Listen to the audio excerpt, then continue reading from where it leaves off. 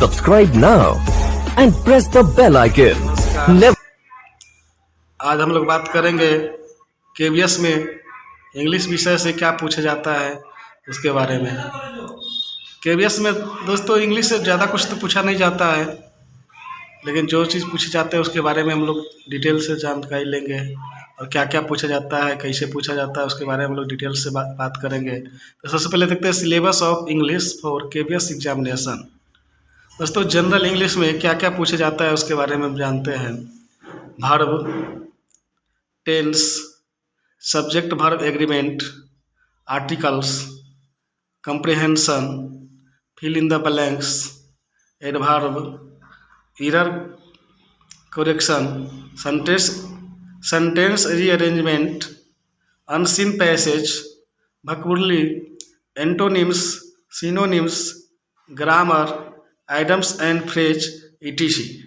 दोस्तों कुछ ज़्यादा तो है नहीं, कुछ टॉपिक है जिसके बारे में चर्चा करते हैं। जैसे वर्ब किसे कहते हैं, वर्ब का यूज कहाँ पर होता है, वर्ब कितने भेद होते हैं, इसके बारे में। टेंस के कितने भेद होते हैं, टेंस का क्या क्या यूज होता है, कहाँ पर यूज होता है। सब्जेक्ट वर्ब एग्रीमेंट, सब्जेक्ट किसे कहते हैं, वर्ब किसे कहते हैं, एग्रीमेंट जो वाक्य में जो सेंटेंस में यूज होता है उसके बारे में जानते हैं। आर्टिकल कितने होते हैं, ए का प्रयोग कहाँ होता है, एन का प्रयोग कहाँ होता है, द का प्रयोग कहाँ होता है, बेसिकली यही पूछे जाते हैं। कंप्रीहेंशन के बारे में, कंप्रीहेंशन का यूज कैसे करना है। फिल इन द ब्लैंक्स में कुछ खाली जगह रहता है, उसमें बहुत चीज़ होती है, वर्ब रहता है, टेंस रहता है, आर्टिकल रहता है, पर मतलब कुछ भी हो सकता है फिल इन द ब्लैंक्स में।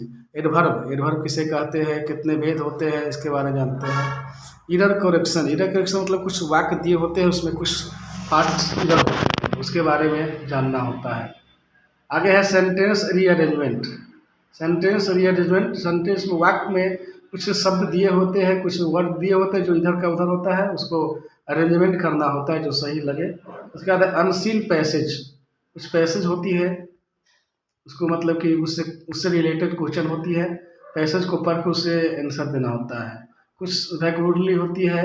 एंटोनिम्स, विपरीतार्थक शब्द, एंटोनिम्स यानी कि विपरीतार्थक शब्द। सिनोनिम्स मतलब समानार्थक शब्द कह सकते हैं, पर्यायवाची कह सकते हैं। ग्रामर से पूछे जाते हैं।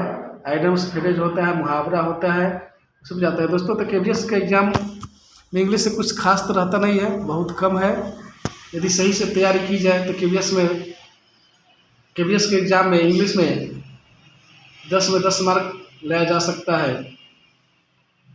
इंग्लिश में ज़्यादा कुछ तो है नहीं, इसलिए पढ़ना है। दोस्तों एक एक करके सभी पर हम लोग चर्चा करेंगे। आज से